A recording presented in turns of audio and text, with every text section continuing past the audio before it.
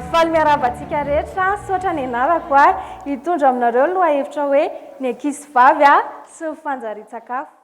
Firifiry ny ankizy tratran'izany. Firifiry ny ankizy vavy tratran'izany tsy fanjarian-tsakafo izany. 270 amin'ny ankizy latsaky ny 5 taona no tara fitombona. Ary ao anatin'izany, raha ankizy lahy anankiray dia ankizy vavy anankiroa no maty vokatry ny tsy fanjarian-tsakafo.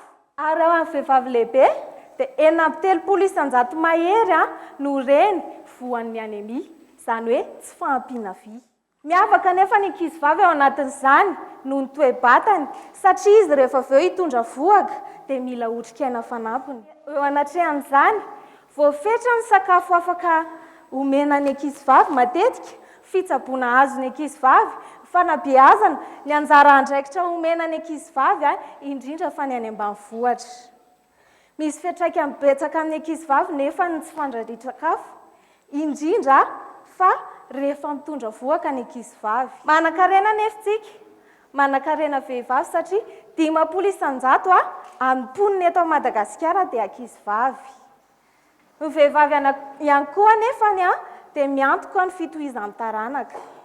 Ary rehefa vehivavy salama tsara, vehivavy mihinana sakafo ara-pahasalamana dia afaka manapaka ny fiampitany tsy fanjarian-tsakafo eo amin'ny taranaka mifandimby. Mandray anjara ny vehivavy sy ny ankizy vavy ao anatin'izany amin'ny fanjarian-tsakafo ao amin'ny ankonany.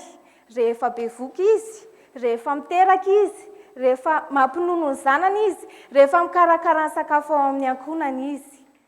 Noho izany, manana anjara toerana lehibe ny ankizy vavy ao anatin'ny miady amin'ny tsy fanjarian-tsakafo ka tsy tokony atao ambanin-javatra.